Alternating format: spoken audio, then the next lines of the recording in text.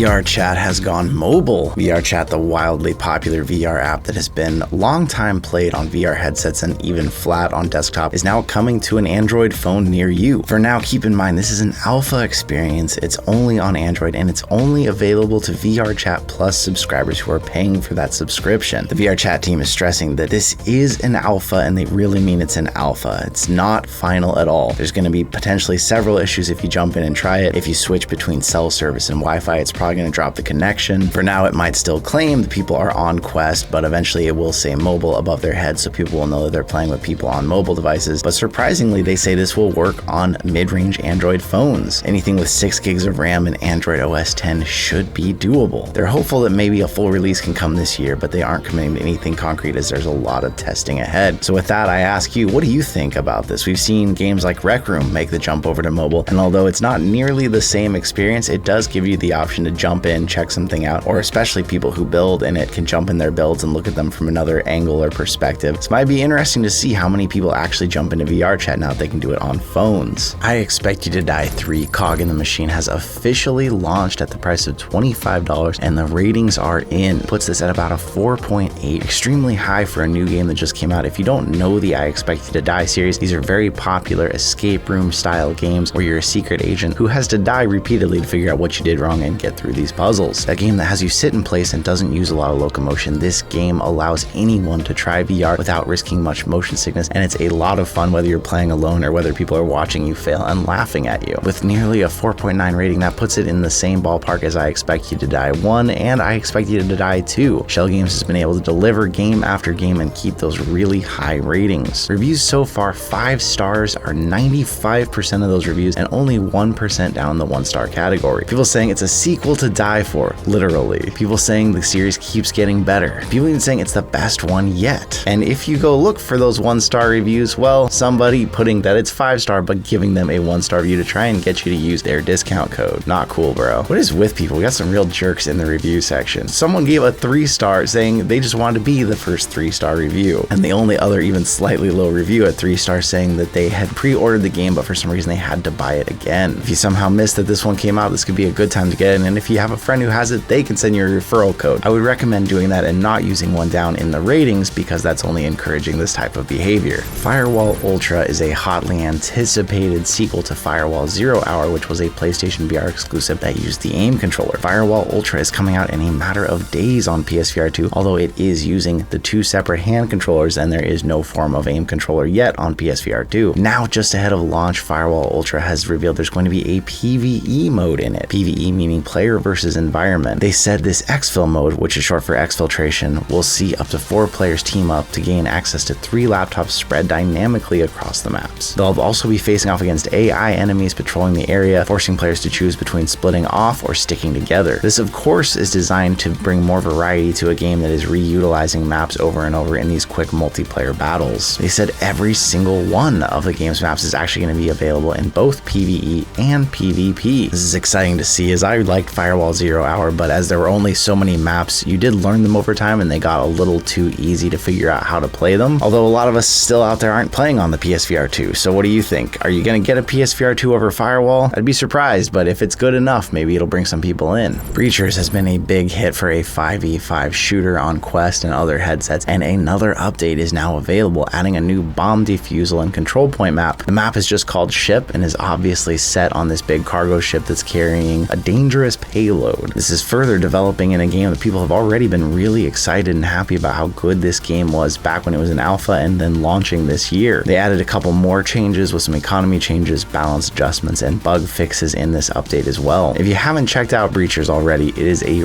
really good game if you're into versus multiplayer games, but it definitely involves some teamwork, so make sure you have a team or people you can trust go in and play this, otherwise it's just going to become a meme. Who would have guessed that the next game to come from some former Superhot developers would be called Toy Trains? Toy Trains is trying to take you back to childhood with VR model trains. This is a game where you are track building, playing around on a lounge table, and just really relaxing with toy train models. In the trailer here, you can see you're pulling pieces out of a book and setting them up on the table. It says it even has a nostalgic storyline with open-ended challenges, and you can see where there's a fire and you have to put that out to help protect your toy trains. It's interesting to see a really different style of games in VR. We get a lot of shooters, we get a lot of puzzle games, but something like this where you just sit back and play with toys, there's definitely an audience for that that's looking for something more relaxing, or even people after a hard round of shooting and killing, maybe they want to just sit back and chill with some toy trains. Is that something that interests you? I never had toy trains as a kid. It's definitely something that seems a little different for me, but I'll try anything in VR at least once. So what's going on out there that you're interested in? What games are coming up that you're waiting on? Obviously, we're all just waiting to see what the heck the Quest 3 is going to bring, and hopefully we'll know in just a little over a month. Thank you so much for being here, and I will see you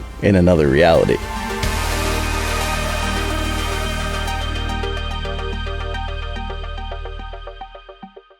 Nailed it.